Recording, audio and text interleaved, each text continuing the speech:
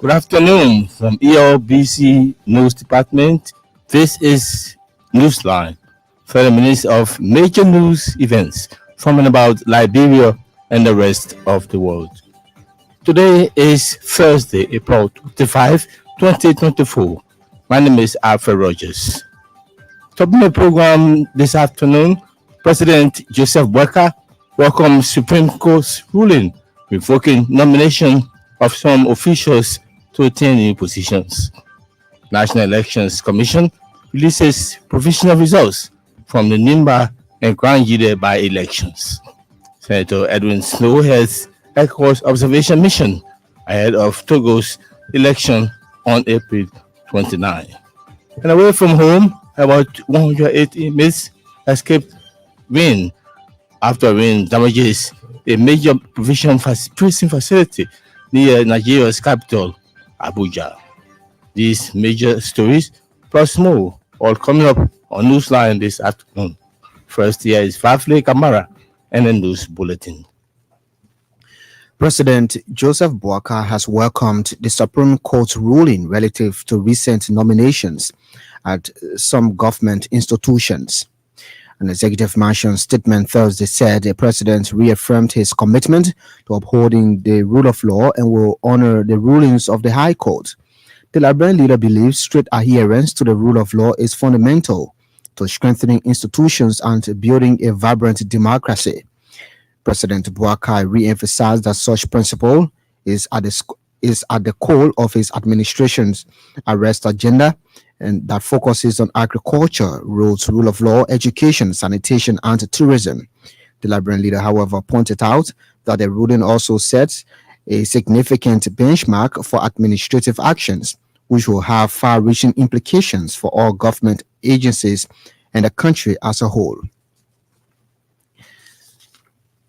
Vice President Jeremiah Kung has called for privatization of distribution components of water and electricity in Liberia. The Vice President said the ordinary people will receive better services for water and electricity if they are privatized. Vice President Kung was speaking Thursday at the dedication of 3 water and sewage trucks at the Liberia Water and Sewer Corporation in Cinco. The sewage trucks were procured by the past administration for over $200,000 United dollars and the water trucks for over $150,000 US dollars.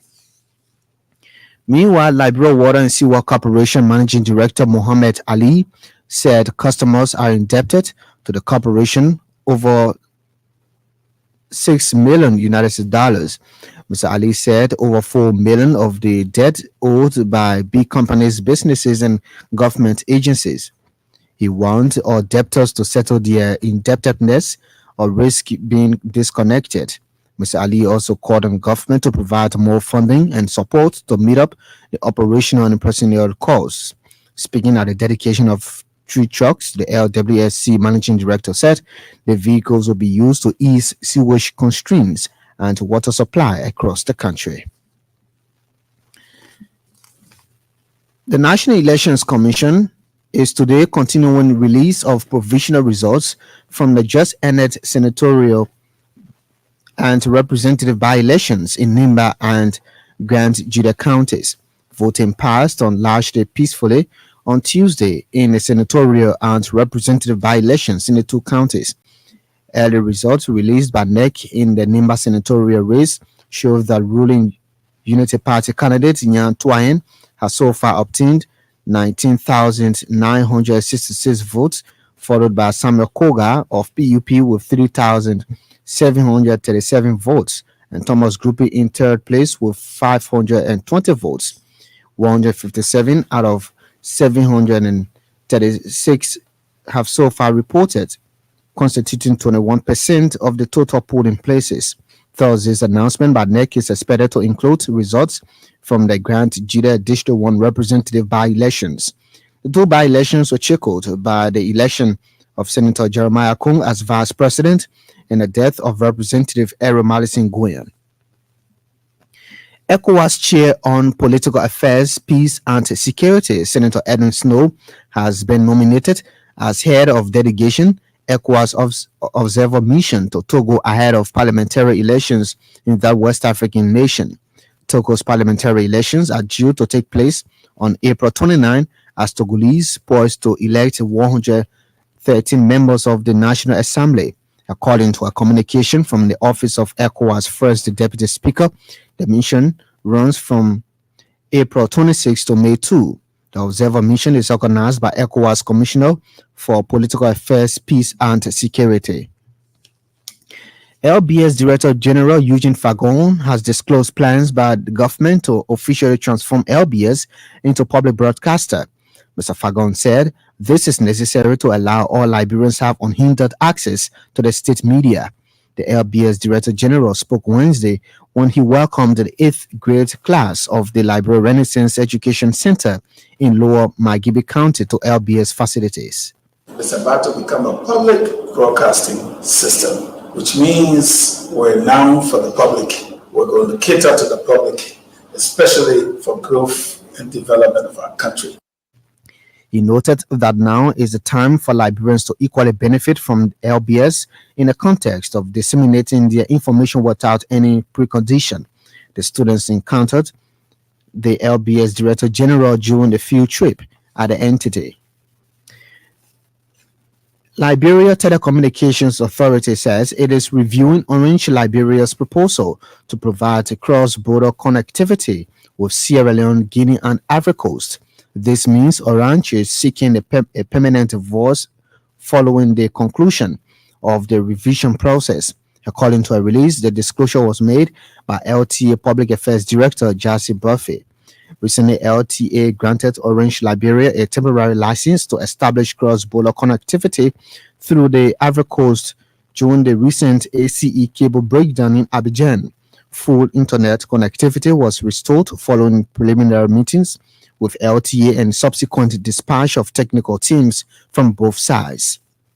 A delegation from the National Institute of Health of the United States has ended a 4-day visit to Liberia. The aim of the delegation's visit was to understand Liberia's health priorities and enhance collaboration with health authorities to strengthen the system. During the visit, members of the delegation and the team from Prevail met with President Joseph Boakai, authorities of the Health Ministry, Enfield GFK, and the University of Liberia Medical School. In an interview with the station Thursday, Prevail Networking Director Dr. Soka Moses described the delegation meeting with President Boakai as a success.